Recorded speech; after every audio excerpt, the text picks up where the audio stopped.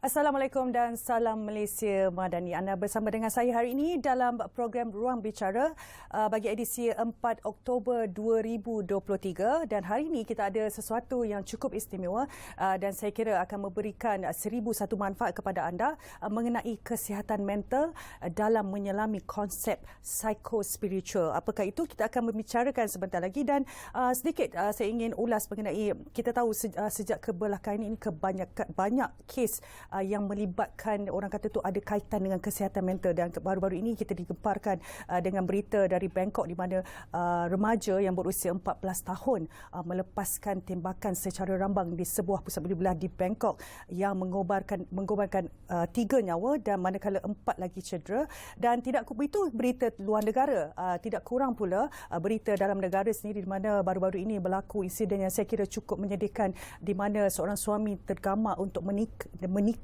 isterinya sehingga mati, dan yang paling sedih juga meninggalkan 2 anaknya yang orang kata tu dah kira terumbang-ambing, tak tahu hala tuju. Jadi untuk kita merungkai sebenarnya apakah sebenarnya punca permasalahan ini, bersama dengan saya perkenalkan tetamu yang cukup manis yang saya kira banyak pengalamannya juga.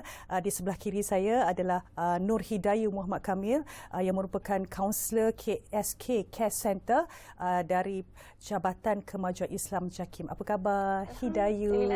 Hidayu semanis orangnya. Okey Hidayu, apabila kita bercakap tentang spiritual, selalunya yang pastinya adalah gabungan antara psikologi dan spiritual sendiri. Tetapi apakah sebenarnya pengertian atau makna sebenar bagi psikospiritual ini? Silakan. Subhanallah. Assalamualaikum warahmatullahi wabarakatuh. Allahumma salli ala Muhammad wa ala alihi wa sahbihi wa baraka wa salim. Terima kasih kepada host kita yang menceriakan suasana walaupun tajuknya subhanallah agak berat saya rasakan, dan juga kepada penonton yang sedang menyaksikan ketika ini. Bila sebutkan tadi psikospiritual, macam tadilah kan dah disebutkan gabungan kepada 2 perkataan psikologi, iaitu bagaimana dalam ilmu barat psikologi ini adalah satu bentuk rawatan bagaimana untuk kita membantu orang-orang yang mempunyai masalah daripada sudut mental ataupun daripada sudut emosinya. Dan bila disebut tentang spiritual, gabungan yang sangat cantik, sebab kalau kita lihat bagaimana di barat sendiri mereka meletakkan psikologi itu, rawatan itu semata-mata kepada sesuatu aspek, sebagai contoh fizikalnya, mentalnya, emosinya, tetapi ditinggalkan kepada satu aspek yang sangat penting sebenarnya, iaitu spiritual, ataupun boleh kita sebutkan tentang kerohanian. Sebab itu dalam psikospiritual kita menggabungkan beberapa aspek yang tadi dan juga kerohanian ini bersama-sama. Dan kalau kita biasa dengar berkaitan apa yang disebutkan oleh Imam Al-Ghazali rahimahullah, iaitu dalam babnya tazkiyatun nafs, iaitu penyucian jiwa. Jadi sebab itulah hari ini insya-Allah kita akan sama-sama kupas untuk para penonton semua lebih jelas apakah psikospiritual itu, apakah rawatannya, dan bagaimana Islam ini membantu untuk kita merawat jiwa kita. Walaupun kita kata jiwa yang masalahnya macam-macam ni, tak jumpa jalan penyelesaian atau ubat, tapi insya-Allah moga-moga kita akan lebih tenang dan berdamai dengan apa yang sedang kita lalui. Ya, insya-Allah. Jadi Hidayu, kalau kita bercakap tentang kesihatan mental, kita tahu kesihatan mental yang baik adalah mempunyai keseimbangan dari aspek emosi, dari aspek fizikal dan juga mentalnya kan. Bagaimana pula secara mendalam, kalau orang kata tu kesihatan mental, kadang-kadang kita tengok dari segi fizikalnya nampak stabil. Macam kita tengok kan, kalau kita tengok luarannya macam normal, tetapi di dalamnya kita tak tahu apakah antara pergolakan di dalam hatinya itu. Bagaimana untuk kita mengesan sebenarnya kesihatan mental yang baik itu? Baik, dan para penonton semua, soalan yang sangat baik dan sangat cantik. Bila sebutkan tentang kesihatan mental yang apa? Kan ramai yang rata-rata, saya ni mental saya sihat ke tidak? Saya ni penyakit mental ke tidak? Dan ianya jadi celaru dalam diri masyarakat sendiri, dan dia nak tahu dia macam mana kondisinya.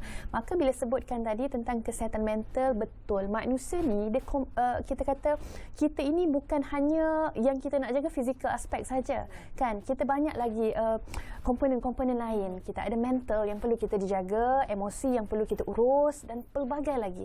Sebab itu bila berbalik tentang tentang apa sebenarnya definisi atau takrifan kesihatan mental ini. Sebenarnya kesihatan mental adalah bila seseorang dia berupaya ataupun kita kata dia mampu untuk mengurus, mengatasi tekanan-tekanan yang dihadapi. Maka bila dia dapat urus tekanan, dia boleh bertindak, bekerja dengan baik. Maksudnya berfungsi dengan baik, dan kesihatan mental juga dapat dilihat dengan beberapa keadaannya. Antaranya adalah bagaimana seseorang itu berfikir. Bila kita berfikirnya positif ke negatif. Kan contohlah, kita ada satu masalah. Semua orang pun berhadapan dengan masalah. Betul. Dan macam mana orang yang bila dia mempunyai kesihatan mental yang baik, dia berhadapan dengan masalah, dia fikir perkara tersebut, oh, perkara ini boleh diselesaikan. Perkara ini positif. Perkara ini ada perkara yang perlu dia, maksudnya strategi kan dalam menyelesaikan masalah. Sebab itu cara fikir tadi dan akhirnya menentukan apa tindakan dia. Berbeza dengan orang yang kesihatan mentalnya mungkin sedikit lemah atau rendah, ataupun kesihatan mental yang terganggu. Ya, mungkin masalah yang sama, tetapi bila dia berfikir, oh ini masalah, ini tak boleh diatasi, ini semua tak boleh. Maka bila adanya satu, kita kata, perkara yang menjadikan satu halangan, maka tindakannya juga mengikut kepada cara berfikir dia. Sebab itu kita kena faham, penonton semua, ini jelas kita kena tahu resilience, cara kita berhadapan dengan masalah dan cara kita berurusan dengan masalah tadi tak sama setiap orang. Sebab itu antara cara kita berfikir. Dan seterusnya, bagaimana kita berhadapan dengan masalah tersebut. Orang yang mempunyai kesihatan mental yang baik, dia akan berhadapan dengan masalah dan dia tahu bagaimana nak mengatasi. Sebagai contoh kita ada masalah, katalah kan kereta pancit dekat highway, kan tayar pancit atau bocor. Orang yang kesihatan mental yang baik, dia akan fikir option A, mungkin tak jadi. Option B, option C. Banyak cara penyelesaian. Tapi orang yang kesihatan mentalnya ataupun dia merasakan masalah tadi sangat memberikan bebanan, tak mampu untuk ditanggung, dan perkara yang kita kata patutnya ada penyelesaian, langsung dia tak jumpa ini. Dan yang akhir juga boleh kita lihat orang yang mempunyai kesihatan mental yang baik dengan cara berinteraksi. Berinteraksi dengan baik dengan orang sekeliling dalam social aspect. Kan? Sebab itu kalau orang yang ada kita kata kesihatan mental yang kurang ataupun kita kata dia mempunyai masalah mental, ya, tidak mempunyai kesihatan mental yang baik, maka cara interaksi dia dengan orang sekeliling juga akan mempunyai kesan. Sebagai contoh, mereka suka duduk bersendirian, tidak suka berada di khalayak pada tumpuan ramai. Maka penonton, jom kita cek dan semak kita dalam kategori yang mana. Adakah cara kita berfikir bagus? Adakah kita coping strategies dalam berhadapan dengan masalah itu bagus? Ataupun bagaimana interaksi kita? Ada orang kan bila dia berhadapan dengan orang menggigil, maybe dia anxiety, dia ada keresahan, ataupun ada orang yang dia lagi suka duduk seorang-seorang, kita kata kemurungan, boleh jadi. Jadi perkara-perkara inilah kita cuba semak dan jangan bimbang kerana ianya ada rawatan dan ada langkah penyelesaiannya, insyaAllah. Dan saya sebenarnya kagum, terkedu rasa dengan jawapan itu. Dan mungkin antara lain mereka yang orang kata tu mempunyai masalah dalam kesihatan mental yang normal ini, adakah antara faktor luar seperti bebanan hidup, tidak mendapat sokongan daripada ahli keluarga, jadi mereka ni mengambil langkah untuk berdiam diri. Orang kata tu kadang kita berdiam diri, sebenarnya permasalahan itu memakan diri sendiri. Pendapat Hidayah. Okey, sebab tu kan bila kita sebut bila ada masalah diamlah, tak payah cari jalan keluar ataupun tak perlu untuk mengadu kepada sesiapa. Perkara ini sebenarnya memakan diri kita dari dalam sikit demi sikit. Sebab cuba bayangkan kan, kalau kita ada masalah, kita simpan, kita pendam, dan akhirnya perkara itu bila meletus dan meletup, apa yang akan berlaku? Akan timbulnya masalah-masalah yang lebih banyak, barah yang susah untuk kita rawat. Sebab itu kepada para penonton semuanya, bila kita tahu, kita kena tahu dan kenal diri kita. Bila kita tahu keadaan kita, mungkin fikiran kita sekarang celaru, emosi kita tidak stabil, maka kena admit, mengakulah bahawa ketika ini kita perlukan bantuan. Dan tadi disebutkan jangan berdiam diri. Berdiam diri bukan satu cara yang terbaik untuk merawat keadaan kita ketika itu. Sebab itu bagi orang-orang yang saya suka sebutkan ini, Zahan, ya, bila sebutkan tentang kenapa orang mengalami masalah mental ini dan sebagainya, masalah jiwa dan sebagainya, kalau kita tengok kan, kebanyakan orang dia akan berhadapan dengan stres, tekanan Kerana apa? Banyaklah stressor dia, punca-punca dia. Punca orang tertekan, punca orang stres. Dan juga bila kita lihat ini, semua orang pun tertekan. Setuju tak? Betul, setuju. Yes, dan stres ni ataupun tekanan ini boleh membawa kepada benda positif, benda baik pun. Cuba bayangkan kalau tak ada stres, kan, kita tak tertekan, kita tidak akan ada kesungguhan untuk motivasi untuk melakukan sesuatu perkara. Tak lapar contoh, ataupun kita lapar tapi tak ada tekanan yang membuatkan kita kena cari makan, kena beli makanan, tak ada, maka kita akan duduk begitu saja. Sebab itu tekanan ini sangat baik bila kita dapat ambil secara positif, tetapi tekanan ini juga boleh jadi dalam aspek negatif bila kita biar, kita ignore dan kita macam tadilah, kita memendam sendiri, dan ini sangat buruk untuk kesihatan diri kita, kesihatan mental kita. Sebab itu para penonton semuanya, jangan pernah kita menyebabkan masalah-masalah yang berlaku ni, sehari-harian kita akan bertemu dengan masalah, tapi jangan menyebabkan masalah ini menjadi punca kepada masalah mental. Dan sebab itu kena beza kesihatan mental dan penyakit mental. Kesihatan mental adalah kondisi yang seseorang masih boleh berfungsi dengan baik, boleh menyelesaikan masalah. Ada pertimbangan mungkin. Dia seimbang. Tetapi kalau dalam bab penyakit mental, dia dah didiagnose adanya simptom-simptom tertentu, maka ini perlukan rawatan yang lebih, kita kata lebih panjang, dan rawatan dan terapi yang lebih khusus. Mungkin antara lain, kadang-kadang tu kita hendak bercerita, hendak meluahkan permasalahan kita, tapi kita merasakan there's no point, ataupun kita rasa it's not going to solve my ia tidak akan menyelesaikan masalah. Antara punca yang menyebabkan mereka ini mendiamkan diri dan tidak mencari sebarang solusi untuk mengatasi permasalahan yang mereka hadapi sendiri. Sangat baik soalan daripada Zahan. Saya suka dan tertarik dengan soalan ni. Kenapa? Bila kita kata tadi, kita perlu solve the problem, selesaikan masalah ini dengan meluahkan, mencari seseorang untuk mendengar apa yang kita nak luahkan. Takkan kita nak luahkan dekat dinding kot, kan? Ataupun takkan kita nak luahkan dekat binatang, kucing dan sebagainya. Kita kena luahkan pada seseorang yang boleh paling-paling tidak mendengar dan memahami. Maka tadi berbalik tadi soalannya, macam mana bila kita nak luahkan tapi dia macam ada satu obstacle, satu halangan. Kenapa?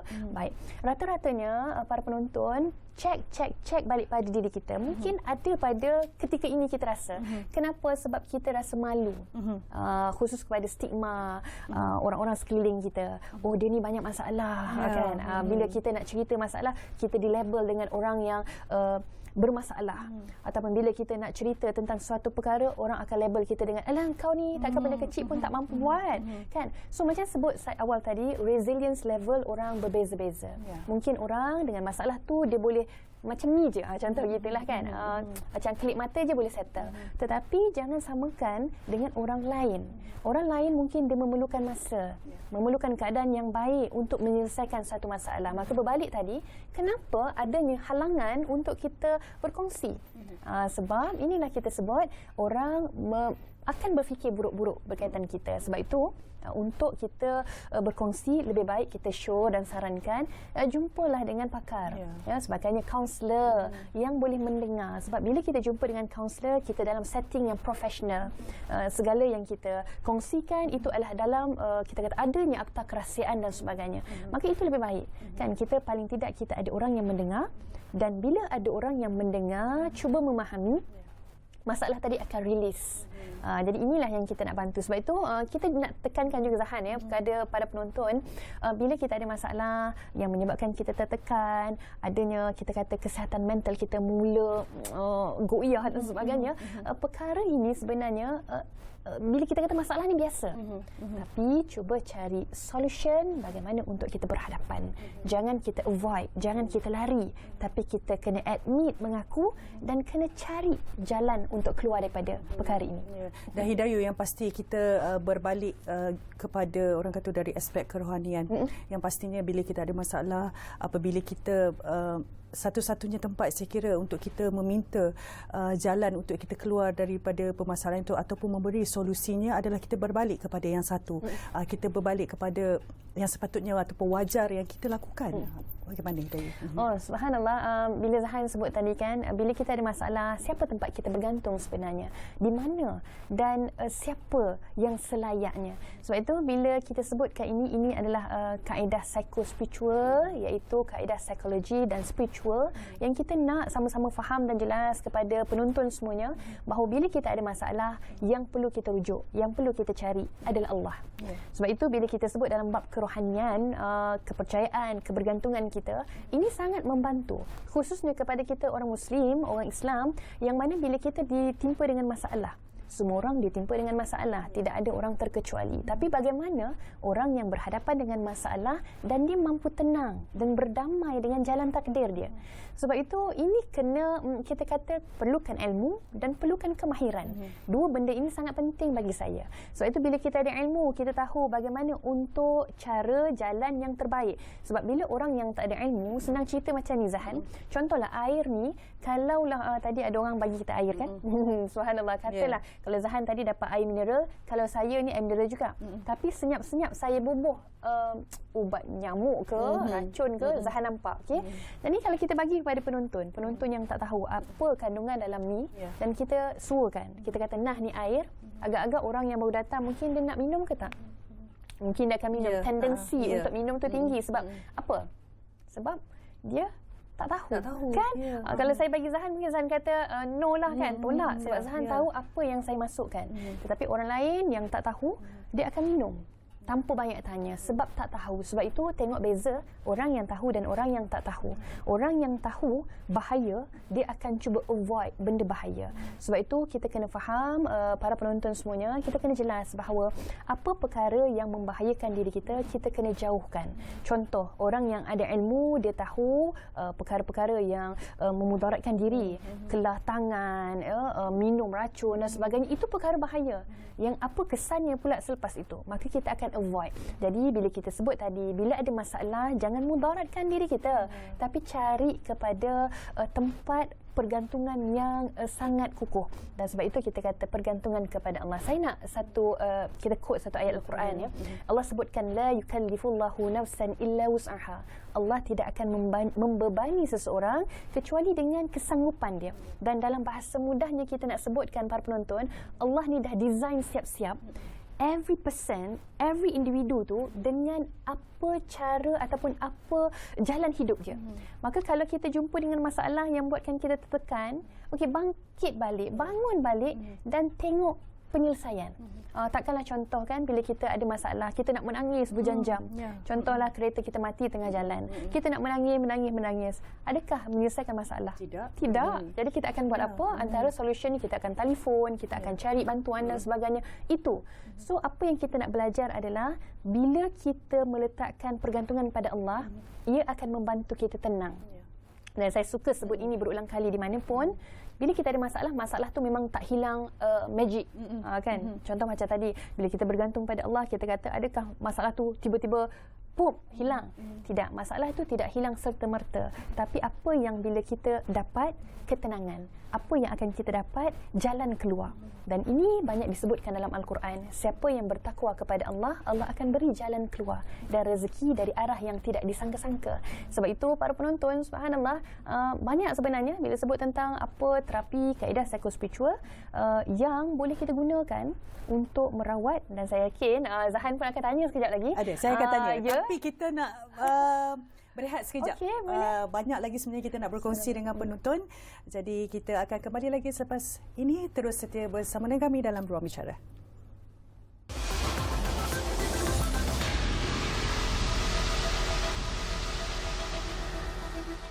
Kembali bersama dengan kami dalam program Ruang Bicara. Jadi Dayu, kita nak sambung sedikit.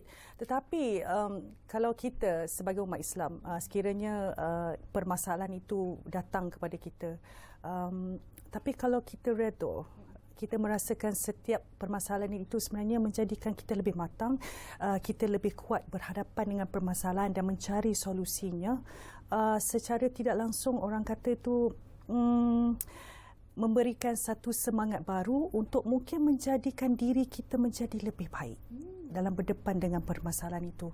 Bagaimana dengan pandangan Hidayah? Okey, pertamanya thank you Zahan untuk soalan. Pertamanya saya nak kita sama-sama faham redha ni apa? Redha ni maksudnya kita terima apa sahaja yang Allah bagi pada kita tanpa kita mempersoal. Itu redha. Itu the first thing lah. Dan keduanya, bila kita kata kita redha dengan apa sahaja yang Allah sedang beri pada kita.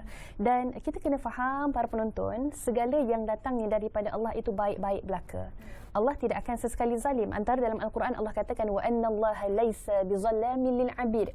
Allah tidak akan sesekali menzalimi hamba-Nya. Maka nah, jadi mungkin ada yang mempersoal mungkin, kalau Allah tak zalim, kenapa saya diuji dengan begini dan begini? Baik, para penonton, jom kita tengok.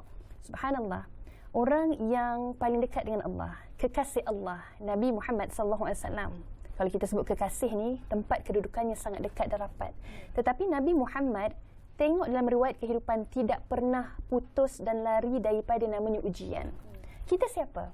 Kita manusia biasa.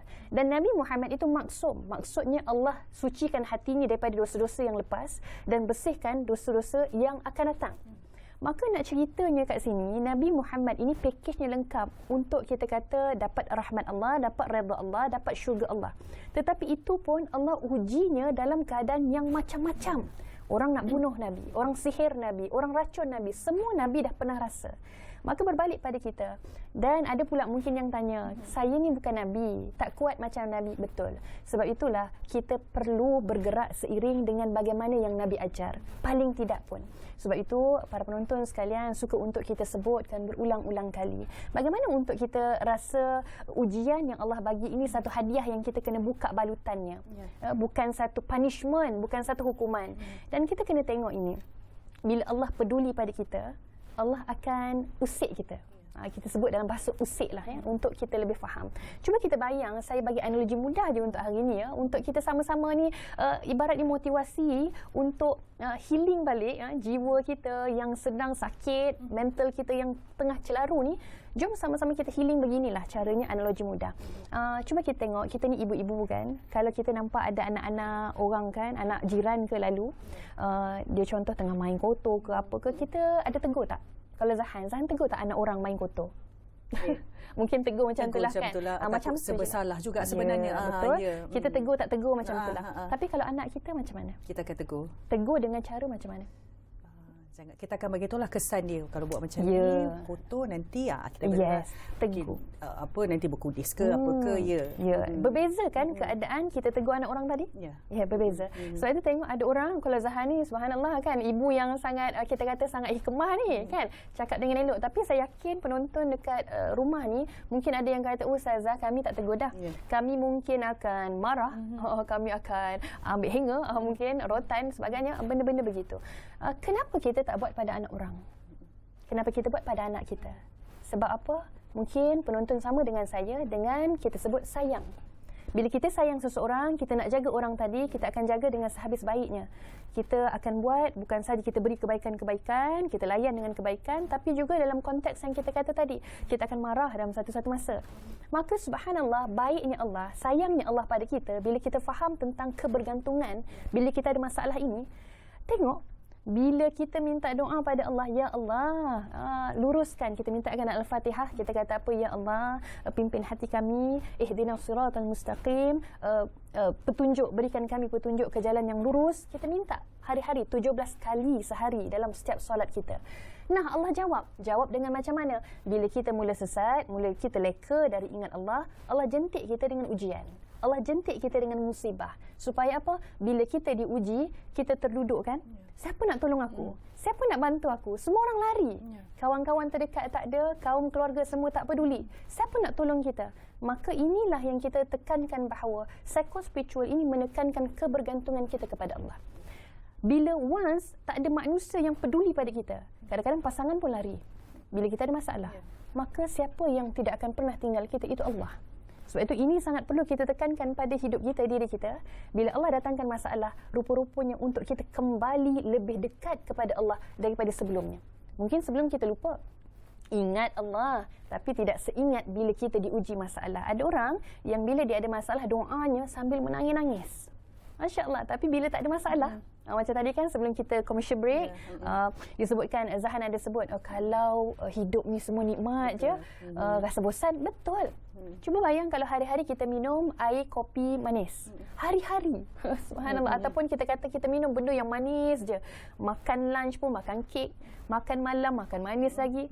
Akhirnya tak cukup seminggu kita dah bosan. Betul tak? Betul. Rupa-rupanya kemanisan ini tak tahan lama.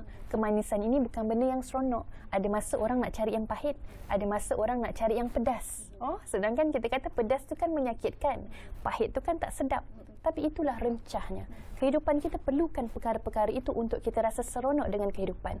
Kerana apa? Tengok, kalau kita kata statistik kes bunuh diri, bukan saja kita sebut dalam statistik, bukan saja dalam golongan yang dalam kita kata ekonomi yang kita kata rendah, tapi banyak juga kes-kes yang kita jumpa orang yang attempt suicide ataupun yang memang dah bunuh diri daripada kalangan-kalangan orang yang kita kata dari sudut ekonomi, sosioekonomi yang tinggi juga ada. Jadi kenapa? Ini yang kita kurang, iaitu daripada aspek spiritual. Okey, kita berbalik kepada masalah tentang kesihatan mental. Kalau kita tengok Idayu sekarang ni, kebanyakan anak-anak muda kita lah, orang kata sekarang anak-anak indie, mereka ini menggunakan terma healing dalam mereka mencari kedamaian dan ketenangan menghadapi masalah. Adakah itu terma yang diguna pakai ke healing itu sedikit sebanyak memberikan impak yang positif kepada diri mereka? Baik, subhanallah, gunalah apa pun perkataan. Kan tidak ada kita kata halangan ataupun tidak ada limitnya dalam penggunaan perkataan. Gunalah apa pun perkataan yang positif, yang baik, yang bila kita sebut benda baik, kita akan fikir benda baik dan kita akan dapat benda baik. Dan bila sebut healing, ada orang healingnya yang dalam lagu kan malam sampai ke malam apa kan? Lagunya.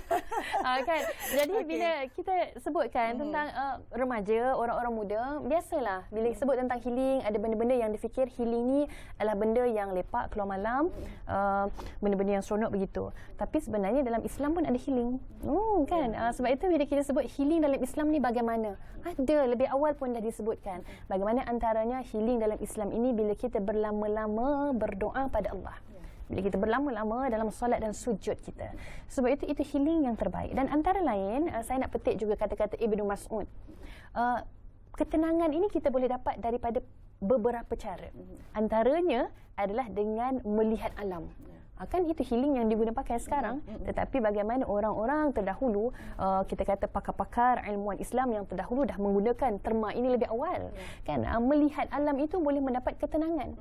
Maka yes, kita lihat alam. Kenapa tengok alam ini tenang? Para penonton, ini kita kena take note. Dan Al-Quran Allah sebut, alam seluruhnya ini makhluk yang bertasbih kepada Allah tak berhenti. Kita tengok gunung, tenang. Kita tengok laut, tenang. Kita tengok pokok-pokok, tenang. Semua itu makhluk yang tidak pernah berhenti bertasbih ingat Allah. Sebab itu, bila kita tengok alam, dia tenang kerana makhluk-makhluk ini hubungannya dengan Allah tak pernah putus. Maka berbalik pada diri kita. Kalau jiwa kita hubungannya dengan Allah sangat hebat, sangat kuat, maka kita juga akan dapat ketenangan ini, insyaAllah. Dan kadang-kadang bercakap tentang tahap keimanan itu, saya kira kalau kita kata tahap keimanan kita itu tinggi, sebenarnya lebih banyak dugaan yang Allah berikan juga pada masa yang sama. Tetapi yalah, boleh katakan dalam menghadapi dugaan itu, sebenarnya dugaan itu dianggap sesuatu yang manis, sesuatu yang indah, sesuatu yang secara tidak langsung meningkatkan lagi martabat seorang Muslim itu sendiri. Pandangan Hidayah mengenai perkara ini. Betul. Sebab itu dalam antaranya dalam banyak kan dalam Al-Quran dan juga hadis pun disebutkan bagaimana takkanlah kita nak menyebutkan bahawa kita ini beriman dan nak syurga dan Allah tak uji kita dengan satu perkara. Contohlah paling mudah ya, kita nak full flat bila belajar di universiti, kita nak berjaya di universiti tapi kita tak diuji, tetapi tak masuk periksa, tapi tak ada assignment. Mana mungkin, betul tak? Maka assignment, ujian, kuis, semua tu kan menyusahkan, semua itu memayahkan. Tetapi bila orang yang nak berjaya, dia terpaksa lalui. Maka sama dengan kehidupan kita. Kehidupan kita ni, kita perlu lalui kesusahan dan kepayahan ini untuk kita jumpa the real sukses ataupun kejayaan yang sebenar. Dan saya suka nak kutip juga perkara ini sebab kita biasa kan, Zahan ya.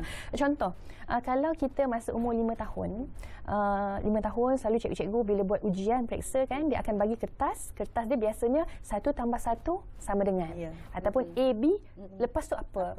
Waktu umur 5 tahun tu Zahan ingat tak? years back kan. Susah ke senang soalan tu masa kita umur 5 tahun? Rasa susah. Oh, insya-Allah. Susah kan? Yeah, Okey. Rasa susah. Tapi lepas kita makin meningkat usia dan kita dah belajar banyak perkara dalam hidup kita, kita tengok soalan anak kita yang umur 5 tahun, alah senang kacang je ni. Tak payah tengok pun boleh jawab, betul tak? Betul. Tapi sebelum kita kata senang, kita dulu dah pernah merasai susah tadi. Sama juga dengan adik-adik remaja kita yang sedang menonton mungkin. Bila jawab soalan exam SPM, susahnya Allah kan. Tapi bila dah makin meningkat dewasa, kita sekarang ni bila tengok balik soalan-soalan exam kita mungkin, kita rasa, oh inilah yang dulu aku tak boleh jawab. Betul. Kadang-kadang salin balik soalan, itu saya lah. Salin balik soalan dan salah. Sebab kita tak tahu jawapan, nak tulis apa. Orang sebelah tu dah laju tuliskan. Jadi kita buat-buat sibuk. Buat-buat sibuk lah. Setengah salin balik soalan. Ya. Tengok itu keadaannya. Tapi bila kita makin meningkat dewasa, kita akan memandang balik yang belakang. Oh, itu senang je sebenarnya.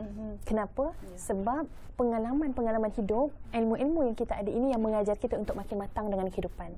Maka berbalik tadi, ya, saya setuju apa yang Zahan kata, ujian, dugaan yang Allah berikan ini untuk mematangkan kita namanya manusia. Untuk berhadapan dengan apa lagi ujian yang akan ada kat depan. Apa lagi susah dan payah yang akan kita tempuh. Sebab itu, kita ini sebagai manusia, apa tugas kita? Ready. Bersedia. Kan? Menempuh perkara di depan tu mungkin lebih susah ataupun apa pun perkara yang Allah nak bagi tu kita tak tahu. Maka kita punya tugas adalah bersedia. Bersedia dengan ilmu, bersedia dengan kemahiran, bersedia dengan apa pun keadaan. Dan bila kita cukup persediaan, insya-Allah, apa pun keadaan, ujian, musibah yang sedang kita lalui, kita tertekan. Semua orang tertekan. Nabi Muhammad sallallahu alaihi wasallam juga pernah tertekan. Tetapi bagaimana Nabi ajarkan kepada kita, bila tertekan, antara zikir yang Nabi amalkan adalah hasbunallahu wa ni'mal wakil. Allah adalah sebaik-baik pelindung. Allah adalah sebaik-baiknya. Maka dengan itu mengajar kita bahawa bila kita tertekan, serah balik urusan kita pada Allah. Maka Allah akan beri yang terbaik, insya-Allah. Okey Hidayus, saya nak sentuh sikit mengenai depresi. Bila kita cakap tentang depresi ini sebenarnya mempunyai hubungan yang rapat. Maknanya dalam erti kata kita memendam, kita tidak meluahkan permasalahan juga perasaan kita, apa yang terbuku di hati sebenarnya. Dan langkah terakhir yang kalau kita baca dalam surat khabar di social media, langkah terakhir kerana tiada dah jalan penyelesaian, tiada dah kewarasan dalam berfikir itu, jadi langkah yang terakhir yang dilakukan adalah dengan bunuh diri contohnya. Bagaimana kita hendak mendidik masyarakat sebenarnya untuk sedikit sebanyak mengelakkan mereka mengambil ataupun memilih jalan yang sebegitu. Subhanallah kan, bila kita sebutkan tentang attempt suicide ataupun suicidal ni, bunuh diri ni, kita sebutkan perkara ini memang orang yang bila dia buntu, fikirannya tak rasional, akalnya tak waras, dia akan memilih dan bertindak dengan mengikut nafsu, mengikut apa yang dia rasa ketika itu. Dia rasa masalah banyak, so dia nak stop everything dan dia rasa dengan bunuh diri itu adalah jalannya. Maka kalau sebut tadi kan macam mana Zahan kata kemurungan ataupun depression, saya ada few cases kendalikan beberapa klien yang ada isu-isu kemurungan ini. Dan ada juga yang seorang makcik itu umurnya around 80s, 80-an, dia sebut dia kita tengok dia ni ada simptom-simptom kemurungan. Yang antaranya bila dia kata bila dia duduk seorang-seorang, dia termenung dan one moment dia akan menjerit sekuat-kuatnya. Dia tinggal seorang-seorang kat rumah, dia akan rasa nak menjerit sekuat-kuatnya. Dan tengok perkara itu makin lama bila kita tak urus, kita tak rawat, mula-mula mungkin menjerit. Mula-mula berfikir untuk buat itu dan ini. Lama-lama dia akan bertindak betul-betul dengan perkara yang mudarat dan bahaya. Sebab itu macam mana untuk kita bantu, untuk orang yang berada di sekeliling khususnya, kaum keluarga, orang terdekat, tolong please untuk kita bantu orang-orang ini. Antaranya saya nak kongsikan 4 help. Help ni H-E-L-P. H yang pertama ni adalah hear. Iaitu kita ni berusaha untuk mendengar. Dengar apa yang diorang nak cakap. Dengar apa yang dia nak sampaikan. Sebab orang-orang yang sebegini, kalau kita sebut tentang orang yang ada disorder ataupun ada masalah-masalah isu mental, dia bukan hari ni dan hari inilah berlaku. Kan contoh ada masalah tiba-tiba dia jadi begitu. Tidak, dia akan mengambil masa yang lama. Mungkin dia dah berhadapan dengan apa-apa trauma sebelumnya, apa-apa kejadian yang menakutkan sebelumnya, kejadian yang menyebabkan dia rasa bimbang sebelumnya mungkin. benda tu makan tahun-tahun. Jadi kenapa tidak untuk kita orang sekeliling untuk aware dengan kita paling-paling tidak bila kita faham ataupun kita tahu kan, contoh kalau kita tengok pasangan kita, muka dia lain kan, selalunya banyak cakap, hari ini tak bercakap, kita akan rasa something tak? Kan? Rasa sesuatu. Jadi apa salahnya untuk kita tanya dan untuk mendengar. Help. Ini sangat membantu. Here lah yang pertama, here. Dan yang kedua adalah perlunya ada empathy. Empathy ni apa? Iaitu empathy ni dalam bahasa mudahnya adalah kita ni seolah-olah duduk dalam keadaan orang tu. Kita seolah-olah merasai apa yang dia rasa. Maka bila kita mendengar apa yang mereka cuba sampaikan, kita cuba rasa empathy. Cuba rasa yang bila dia sedih, kita turut sedih bersama. Begitu supaya akhirnya biar dia akan seronok untuk berkongsi dan berkongsi. Ini. Dan yang seterusnya adalah L adalah link. Link ni macam kita sebutlah tadi, tak semua orang yang mendengar masalah ni dia tahu macam mana nak urus. Sebab itu tolong berhati-hati kepada orang-orang sekeliling yang mungkin ahli keluarga dia, pasangan dia, anak dia mungkin berhadapan dengan isu-isu sebegini. Kalau kita rasa kita bukan orang yang boleh membantu menguruskan masalah tadi, link. Cuba untuk kita pergikan, arahkan kepada bantuan-bantuan yang lebih baik. Kalau dia dah ada contoh macam tadi, dia dah mula kelar-kelar tangan, ada simptom-simptom untuk bunuh diri dan sebagainya, dah ada tanda-tanda, maka terus rujuk kepada psychiatrist. Itu lebih baik untuk didiagnose sebenarnya dia ni ada dalam kategori mana, penyakit mental dalam kategori yang mana. Itu lebih baik supaya rawatan dan terapi yang lebih baik untuk diberikan. Ataupun pula jumpa kepada kaunselor. Kadang-kadang macam masalah anak-anak remaja, dia belum lagi pada tahap penyakit mental, tetapi baru kepada masalah kita kata tekanan, putus cinta, masalah-masalah yang ringan, kan, belum lagi kepada isu yang berat. Maka dalam kategori ini keluarga kita kena linkkan kepada contoh kaunselor untuk paling tidak kita tahu apa sebenarnya the main kita kata problem, the main issue. Jadi bila kita tahu, kita boleh lead ke mana arah. Dan last kali P tadi adalah dengan kita pimpin. Pimpin ni maksudnya kita pimpin dia, kita kebersamaan. Kita tahu kita ada kebersamaan dengan dia. Dia sebagai orang yang bermasalah, dia tahu ada orang yang ada untuk dia ceritakan, ada untuk dia bersama, maka dia tidak berkeseorangan. Sebab itu bila kita sebut bezanya anxiety dan juga depression, keresahan dan juga kemurungan ni dia lebih suka bersendirian. Sebab itu kalau kita dah rasa anak-anak ataupun orang terdekat kita mula duduk sendiri dalam bilik berkunci, suka senyap, lebih bersedih, kemurungan ni adalah kesedihan yang melampau dalam tempoh yang lama, dan dia juga ada simptom-simptom. Contoh dia kurang makan, dah mula selera makan kurang, ataupun tidur yang tak tentu, ataupun juga tak ada rasa tertarik untuk melakukan aktiviti harian. Maka kalaulah berlaku pada ahli keluarga kita dalam keadaan-keadaan ini, kita dah dapat tahu dah simptom-simptom ini berlaku, tolong untuk bantu dia dengan help tadi, insyaAllah. Saya nak tanya sebenarnya mengenai bipolar dan juga split personality, tapi kita simpan dulu jawapannya. Kita nak berehat dulu sekejap saja. Jadi terus setia bersama dengan kami dalam Ruang Bicara. Kita kembali lagi selepas ini.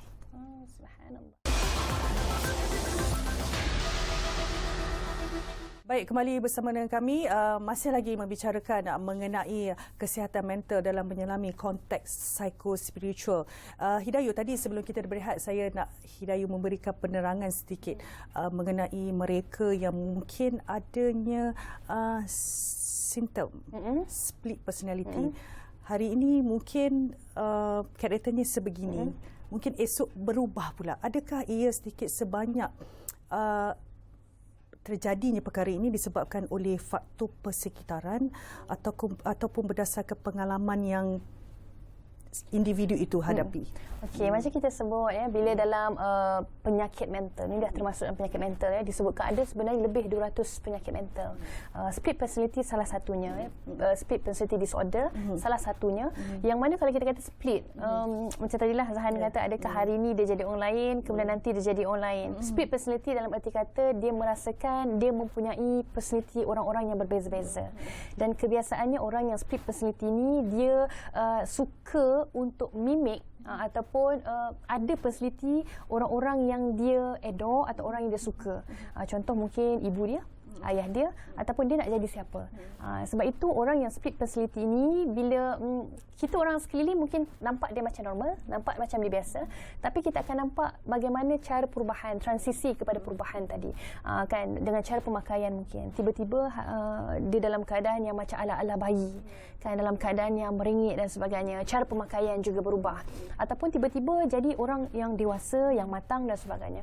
Sebab itu dalam kategori ini macam kita sebut tadi, dia perlukan untuk kita linkkan kepada bagaimana terapi yang terbaik, macam mana rawatan yang terbaik. Sebab kalau tidak, orang akan, bila orang sekeliling dah macam acknowledge benda ni, orang akan buat apa? Orang akan takut dan orang akan mula berjauhan dengan dia yang berhadapan dengan split personality.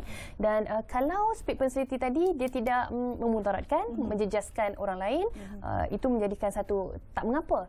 Tapi kita bimbang bila ada personality yang ada pada dia, salah satunya tadi personality yang kita kata ganas, violence dan sebagainya, maka perkara inilah yang perlu untuk kita bantu supaya ini tidak menjadi jenayah ataupun perkara-perkara yang akhirnya memudaratkan orang sekeliling pula. Maka siapa yang nak kena aware? Jadi orang yang paling rapat, kan? Takkanlah ibu, kalau contoh berlaku pada anak, takkanlah ibu tak perasan, ataupun takkanlah adik-beradik tak perasan, kan? So benda ini perlu kita aware daripada awal. Sebab itu sangat penting kita faham bahawa di rumah ini ibu-ibu semuanya ataupun bapa, ibu ayah lah khususnya, perlu memerhati daripada setiap penjuru.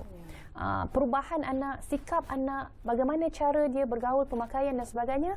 Setiap kali ada perubahan itu menunjukkan satu red flag kalau menunjukkan perubahan yang negatif. Maka bila red flag ni, kita kena cepat-cepat untuk cari cara untuk atasi. Jangan sampai dah bertahun-tahun mungkin kita biar dan mungkin kita rasa alah budak-budak biasalah, kan? Rupa-rupanya itu merupakan satu masalah yang makin besar dan memudaratkan. Dan kalau dah makin teruk, kita bimbang terapi yang kita jalankan ni makin makan masa yang lama, tempoh yang lama untuk kita kata rawat dia, dan nak untuk hilangkan serta-merta itu mungkin kita kata payah, ya, bukan tak boleh tetapi agak payah kerana dia dah maksudnya sebati dalam jiwa dia. Personality itu dah kita kata berkecamuk. Dan dia akhirnya tak tahu mana sebenarnya personality dia yang sebenarnya. Jadi dia sendiri maknanya tidak boleh mencari identiti dia mungkin, yang menyebabkan kecelaruan juga.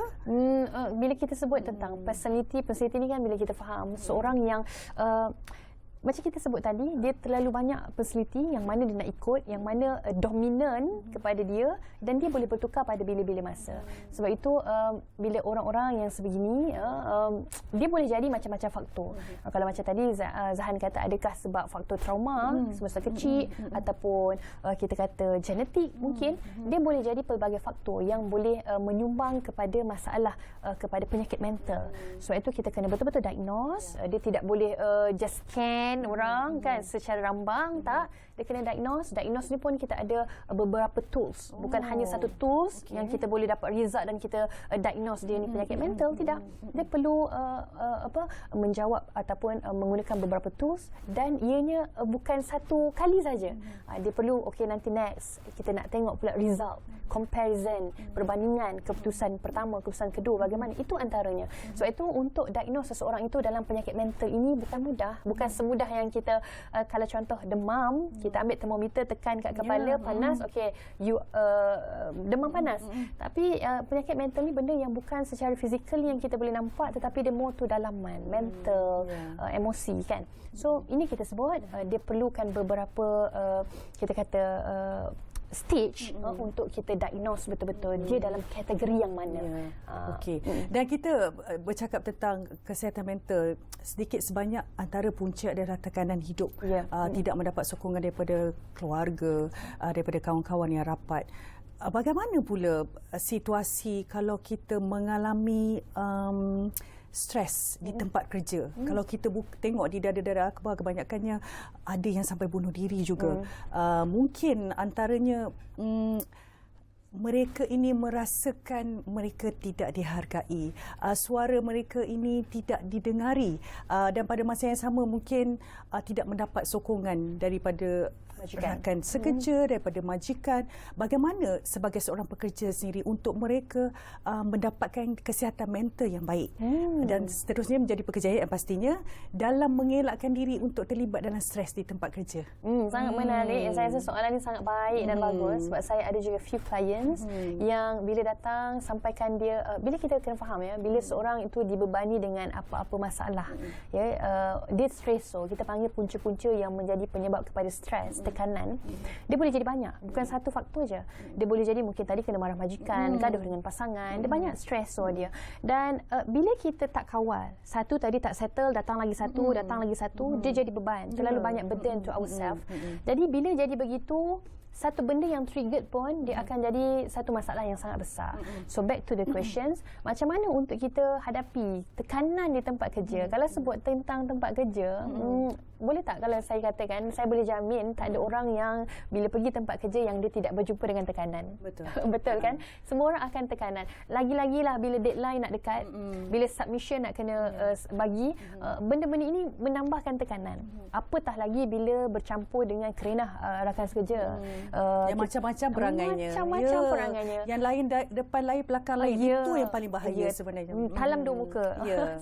Dan juga majikan yang macam-macam kerenah juga. Betul. Jadi perkara ini memang kita akan berhadapan. So macam mana untuk kita mengelakkan, sebab kita kena faham ya, di Malaysia sendiri statistiknya hampir 500,000 juta orang yang berhadapan dengan masalah mental ini. Ya, hampir 500,000 juta orang dewasa. Kanak-kanak dalam statistik hampir kepada 424,000 kanak-kanak yang juga berhadapan dengan masalah mental. So ini bukan jumlah yang sikit dekat Malaysia. Jadi bila kita sebutkan ini, bagaimana untuk kita berhadapan, kita nak kerja hari-hari tapi tak nak stres dan tak nak menyumbang kepada peningkatan angka tadi. Kan macam mana antaranya? Baik, antara yang mudah untuk kita faham, saya nak tekankan kepada cara untuk atasi stres. Boleh kan, insya-Allah. Jadi cara atasi stres ni untuk short term punya method, short term punya cara, saya nak tinggalkan kepada 3D. D yang pertama adalah distance. Distance ni maksudnya apa? Jauhkan diri kita daripada perkara atau punca yang menyebabkan kita tertekan. Kalau punca tadi kawan yang A ni, so please lah avoid dia. Kalau dalam certain moment, contoh dalam keadaan kita memang tertekan, dia menambah tekanan, so jarakkan diri kita daripada punca tadi. Kalau orang-orang, kalau kerja for a while, sekejap lah untuk kita relax dan release dulu. Ini sangat penting untuk kita membantu diri kita. Sebab saya suka sebut ini, kalau tak ada orang appreciate diri kita, please appreciate ourselves. Betul. Kalau tak ada orang hargai diri kita, hargai diri sendiri. Tolong. Kalau tak ada orang sayang kita, kita kena love ourselves. Sayang diri kita. Dan tadi pertama, akan distance. Jarakkan dengan apa perkara yang menyebabkan kita tertekan. Dan yang kedua adalah distract. Alihkan perhatian daripada benda yang tertekan tadi. Contoh, kalau yang membuat tekanan tadi kerja sekarang ni. So kita distract dengan buat benda lain. Alih perhatian sekejap dengan benda yang menyeronokkan mungkin. Contoh tengah tertekan nak kena hadap ni. Okay, rehat for a while, maybe 5 to 15 minutes. Mungkin baring, tutup mata, sambil layan lagu ke, fikir benda-benda seronok. Ataupun orang perempuan ni suka apa? Window shopping, right? Window shopping. Sekarang semua online je. Online, betul, window shopping. So benda itu pun dia akan membantu untuk relax. Ataupun kita kata release. Jadi sambil-sambil kita rehat sekejap daripada kerja yang stres tadi, sambil-sambil kita layan window shopping. Itu juga membantu. Jadi distract ourselves. Dan yang ketiga, D yang akhir adalah delay. Delay ni dalam arti kata tangguh. Tangguh apa? Tangguh tahan fikiran kita, tangguh cara kita untuk respon dengan keadaan. Contoh, kalau kita tertekan tadi sebab kawan cik gaduh, ataupun bos tengah marah kita, tengah maki kita ni, stresnya. So apa yang kita kena buat tadi, kita kata kita kena tangguh dulu. Tangguh respon kita at that moment. Cuba bayang kalau bos marah kita, kita marah balik. So itu dia tak akan ada penyelesaian. Itu tak ada mungkin penyelesaian. Keadaan tu mungkin akan menjadi lebih buruk. Dan mungkin lepas ni pula kena panggil untuk kita kata macam-macam lah lagi keadaan dan sebagainya. Lebih panjang sebenarnya cerita dia. Lebih panjang. Sebab itu kita tahan dulu dengan apa-apa respon yang kita rasa perkara ini akan beri kesan yang buruk. Maka moga-moga ini adalah untuk short term. 3D ini moga-moga untuk kita sama-sama lakukan kan, supaya stres tadi dia tak boleh hilang. Macam kita sebut tadi, berulang kali saya sebut, pada klien-klien saya juga saya sebut, masalah bila jumpa dengan kaunselor bukan maksudnya bila ketuk je pintu kaunselor, duduk depan kaunselor, masalah tu automatik hilang. Tidak. Tetapi apa yang boleh kita bantu adalah paling tidak masalah tu ada, tetapi kita dapat uruskan masalah dengan lebih rileks, tenang, dan kita lebih rasional. Itu penting. InsyaAllah, hendaknya. InsyaAllah.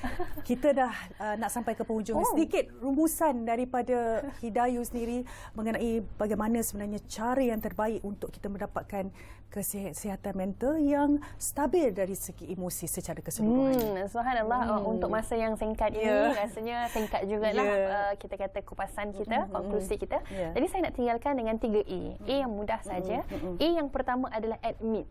Please, kita yang kenal diri kita. Orang lain, pasangan kita yang paling dekat, mak ayah kita pun mungkin tak kenal apa ataupun siapa ataupun bagaimana yang kita rasa ketika ini. So bila kita tahu emosi kita mula dah tak stabil, cepat nak marah, bila sedih cepat terlalu sedih, ataupun fikiran kita celaru, kurang ataupun susah nak fokus. Jadi please admit this. Jadi bila kita akui ini, bila kita sedar yang kita memang dalam keadaan bermasalah, kita akan try untuk cari solution. Ini sangat penting. Sebab itu ada orang yang ramai ignore kan. Dia tahu dia ada masalah, dia ignore. Sebab dia kata kalau jumpa kaunselor nanti orang kata dia gila. Macam-macam label, stigma masyarakat. So biar ketepikan apa saja kita kata stigma masyarakat. Yang penting kita nak sayang diri kita. This one first adalah admit. Yang the second one adalah acknowledge. Bila acknowledge adalah bila kita tahu kenal pasti punca. Kenal pasti punca. Dan the third one adalah allocate. Iaitu peruntukan masa untuk diri kita. Jadi bila kita kata peruntukan masa, kita tahu apa perkara macam kita sebut tadi, healing. Apa perkara yang terbaik untuk kita at this moment. Jadi buat, moga-moga kita dapat bantu diri kita untuk berfungsi dengan lebih baik, bekerja dengan lebih baik, berfikir dan emosi yang lebih baik, insyaAllah. Okey. Rasa macam sekejap aja tau. Dah sampai di penghujungnya. Dan terima kasih saya ucapkan kepada tetamu kita pada hari ini, Nur Hidayu Muhammad Kamil yang merupakan kaunselor KSK Care Center, Jabatan Kemajuan Islam Malaysia atau JAKIM. Terima kasih banyak-banyak kerana sudi meluangkan bersama dengan kami di Ruang Bicara. Sebenarnya banyak manfaat yang kita dapat, orang kata tu, guna pakai. Sebab kita tahu kesihatan mental ini berkait rapat dengan kehidupan seharian kita. Dan yang paling utama, apa pun masalah, kita berbaliklah kepada yang satu. Jadi kita dah sampai pun di penghujungnya. Macam saya katakan tadi, diharapkan penjelasan daripada Hidayu sedikit sebanyak mungkin membuka minda anda untuk kekal positif dan juga mempunyai kesihatan mental yang baik. Kita jumpa lagi dalam episod yang akan datang. Assalamualaikum.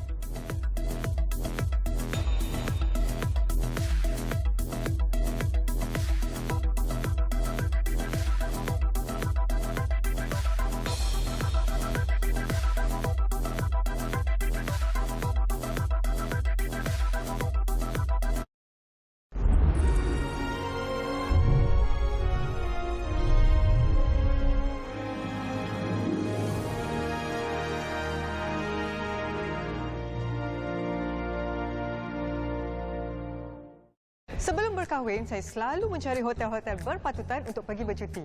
Setelah berkeluarga,